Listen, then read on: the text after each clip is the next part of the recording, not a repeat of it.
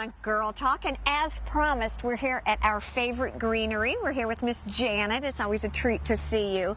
I tell you what, it is a glorious day today, and it is a day for the plant of the month. Yes. What is our plant? Camellias, beautiful, beautiful camellias. They are gorgeous. Oh, they are. They are showing off. The Sasanqua camellias are fading a little bit now toward the end of their bloom cycle, but the japonicas are stunning, and you need to come and see them and purchase one for your yard. All right, talk to me, if you will, about camellias. They bloom all year. Tell me some of the intricacies about them. Are they hardy? Are they easy for me to grow? They are fairly easy. They like to be in a nicely drained spot with a lot of air movement, and they don't want to be overwatered, and they're evergreen and beautiful with, you feed them, but there's not a whole lot of care to them. And there are two major types. There's the Sasanqua camellia, which can take a little bit more sun. Okay. And that blooms from October or so, and then they're finishing up now. And then there are the japonica varieties, or section of the species, and they are later blooming. They start typically at the end of December, and then they're either early, mid, or late winter bloomers, depending. What's fun for me, and I think for most of us when we come to the greenery, is you don't have to be an expert. And I think especially for this plant of the month, the camellias, it feels low country to me. And there is nothing better than a big bowl of water with the camellias floating in it. Yes, I was talking to one of our favorite customers about that the other day, and she said she can get them to float for 5 days. Oh, I don't know really? how, but they are beautiful, she said.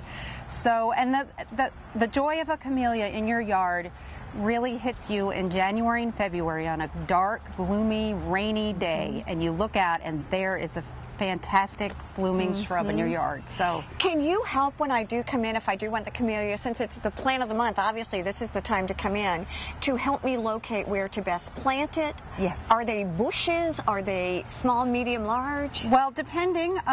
Most of the japonicas are going to be trees in the 6 to 10 foot range, depending.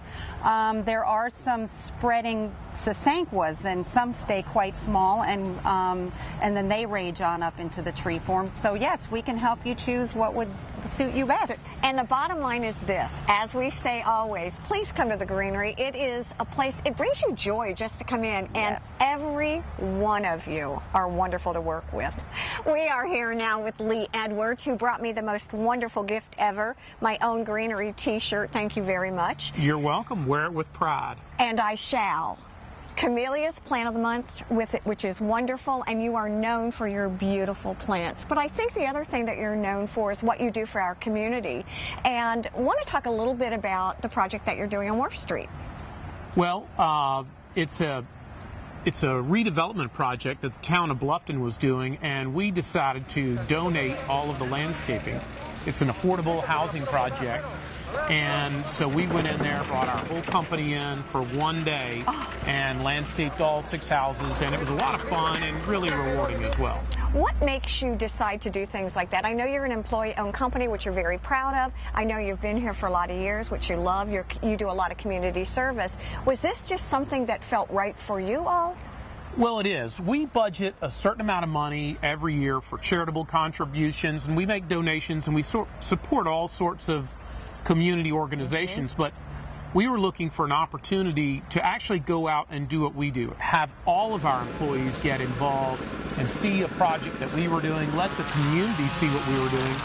Rather than just writing a check, we wanted to go out there and actually do the work. Well, it's interesting when you say it that way, because when you talk about being employee-owned and vested in the greenery, what a great way to kind of do a team kind of project where everyone can participate. Absolutely. As well as giving back to the community, we wanted it to be something that our employees could take pride in, and so that when they drive by there with their families, they say, hey, we did the landscaping for that, and hopefully that'll be something that they, as well as everybody else in the community, can be proud of. When you decide to take on a project like that, do you look at what's indigenous? Do you listen to the owners or developers? How does a project like that come together from a landscape point of view?